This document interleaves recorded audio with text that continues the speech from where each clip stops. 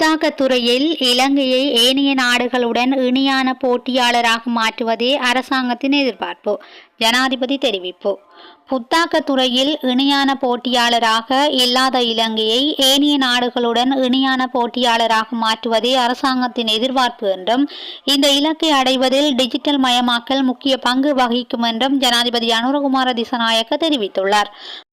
கொழும்பில் நேற்று நடைபெற்ற த இனோவேஷன் ஐஸ்லாண்ட் சம்மிட் 2025 மாநாட்டில் உரையாற்றும் போதே அவர் இதனை தெரிவித்துள்ளார்.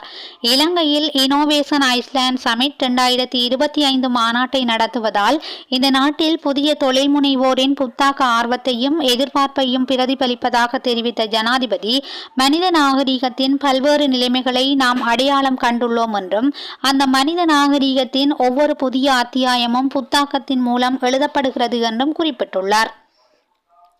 மனித நாகரிகத்தை புதிய நிலைக்கு உயர்த்துவதில் புத்தாக்கங்கள் வகிக்கும் பங்கு மிக முக்கியமானது என்றும், மக்களின் தேவைகள் மாறவில்லை என்றாலும் அந்த தேவைகளை பூர்த்தி செய்யும் விதம் மாறிவிட்டது என்றும் ஜனாதிபதி சுட்டிக்காட்டினார்.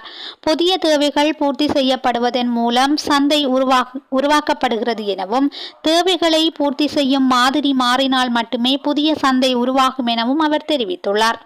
நமது நாட்டில் புத்தாக்கங்களுக்கு சிறந்த வாய்ப்புகள் இருப்பதாக கூறிய ஜனாதிபதி, 2030 ஆண்டுக்குள் இலங்கையை டிஜிட்டல் மயமாக்கலின் புதிய பாதையை நோக்கி அழைத்து செல்ல எதிர்பார்ப்பதாகவும் கூறினார். இந்த ஆண்டு $19 மில்லியன் ஏற்றுமதி வருவாயை எதிர்பார்ப்பதாகவும், அந்த ஏற்றுமதி வருவாயை அடைய புத்தாக்க துறையில் ஒரு பெரிய மாற்றம் தேவை எனவும் தெரிவித்துள்ளார். புத்தாக்கங்களின் பலன்களை முழு மக்களுக்கும் கொண்டு செல்லும் சூழலை உருவாக்குவது அரசாங்கத்தின் பொறுப்பு என்று கூறிய ஜனாதிபதி, அரசாங்கம் விரும்பும் பல இலக்குகள் புத்தாக்கங்களுடன் இணைந்திருப்பதாகவும் கூறியுள்ளார். உலகளாவிய பொருளாதார போட்டியில் இலங்கை எதிர்கொள்ளும் சவால்கள் மற்றும் டிஜிட்டல் மயமாக்கல் மற்றும் புத்தாக்கத்தின் அவசியத்தை வலியுறுத்திய அவர், சர்வதேச பங்காளிகள் மற்றும் முதலீட்டாளர்களை நாட்டுக்கு வருகை தருமாறு அழைப்பு விடுத்த ஜனாதிபதி, இலங்கைக்கு புதிய முதலீடுகளை கொண்டு வருமாறும் கோரிக்கை விடுத்துள்ளார்.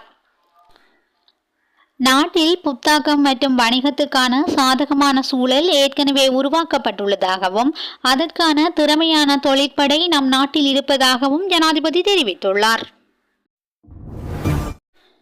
மாலைதீவு வெளிவிவகார அமைச்சருக்கும் பிரதமருக்கும் இடையிலான சந்திப்பு. மாலைதீவு வெளிவிவகார அமைச்சர் அப்துல்லா கலீல் பிரதமர் கரணி அமரசூரியவை நேற்றைய தினம் நாடாளுமன்ற வளாகத்தில் சந்தித்துள்ளார்.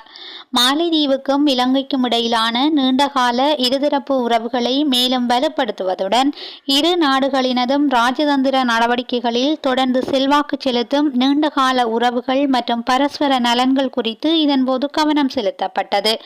நாட்டின் பொருளாதாரத்தில் குறிப்பிடத்தக்க முன்னேற்றம் குறித்து பாராட்டிய மாலைதீவு அமைச்சர், திட்டங்களுக்கு ஏற்ப செயற்படும் திறன் குறித்து நம்பிக்கை தெரிவித்துள்ளார். இரு நாடுகளினதும் பொருளாதாரத்தில் சுற்றுலாத்துறையின் முக்கிய பங்கு குறித்து கலந்துரையாடப்பட்டமையும் குறிப்பிடத்தக்கது. கனேமுல்ல சஞ்சீவ கொலை வழக்கில் கைது செய்யப்பட்ட காவல்துறை உத்தியோகத்தர் விளக்கமறியலில்.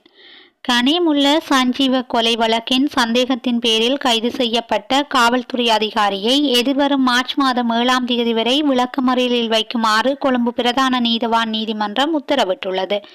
துப்பாக்கிச் சூடு நடத்தியவரை கொழும்பு நீதவான் நீதிமன்றத்துக்கு அழைத்து சென்ற சந்தேகத்தின் பேரில் கைது செய்யப்பட்ட சாரதியை விசாரணைக்காக தடுப்பு காவலில் வைக்க நீதிமன்றம் உத்தரவிட்டது. கொழும்பு குற்றப்பிரிவு சந்தேக நபர்களை நீதிமன்றில் முன்னிலைப்படுத்தியதை அடுத்து கொழும்பு தலைமை நீதவான் தனுஜா லக்மாலி இந்த உத்தரவை பிறப்பித்துள்ளார். நாடாளுமன்ற உறுப்பினர்களின் பாதுகாப்பு தொடர்பில் நடவடிக்கை எடுக்குமாறு சபாநாயகர் உத்தரவு. நாடாளுமன்ற உறுப்பினர்களின் பாதுகாப்பு தொடர்பாக தேவையான நடவடிக்கைகளை எடுக்குமாறு சபாநாயகர் பதில் காவல்துறை மா அதிபருக்கு உத்தரவிட்டுள்ளார். சபாநாயகர் வைத்தியர் ஜகத் விக்ரமரட்ன இன்று நாடாளுமன்றில் இதனை குறிப்பிட்டுள்ளார். நாடாளுமன்ற உறுப்பினர்கள் தங்கள் பாதுகாப்பு குறித்து தேவையான நடவடிக்கைகளை எடுக்குமாறு சபாநாயகரிடம் பலமுறை விடுத்த கோரிக்கைகளை பரிசீலித்த பின்னர் இந்த நடவடிக்கை எடுக்கப்பட்டதாக அவர் தெரிவித்துள்ளார். ஜனவரி மாதத்தில் இலங்கை தேயிலை ஏற்றுமதி அதிகரிப்பு. 2025ஆம் ஆண்டு ஜனவரி மாதத்தில் இலங்கையின் தேயிலை ஏற்றுமதி 19.37 மில்லியன் கிலோகிராம் அதிகரிப்பை பதிவு செய்துள்ளது. 2024ஆம் ஆண்டின் ஜனவரி மாதத்துடன் ஒப்பிடும்போது இந்த முறை தேயிலை ஏற்றுமதி 0.63 மில்லியன் கிலோகிராமினால் அதிகரிப்பை பதிவு செய்துள்ளதாக தெரிவிக்கப்பட்டுள்ளது. 2024ஆம் ஆண்டு ஜனவரி மாதத்தில் 18.76 மில்லியன் கிலோகிராம் தேயிலை ஏற்றுமதி பதிவாகியுள்ளது. இதேவேளை இலங்கை தேயிலையை அதிகளவில் இறக்குமதி செய்யும் நாடுகளின் பட்டியலில் ஈராக் முன்னிலை வகிக்கிறது. இதற்கமைய 2025ஆம் ஆண்டின் ஜனவரி மாதத்தில் ஈராக் 3.02 மில்லியன் கிலோகிராம் தேயிலையை இறக்குமதி செய்துள்ளதாக தகவல்கள் தெரிவிக்கின்றன.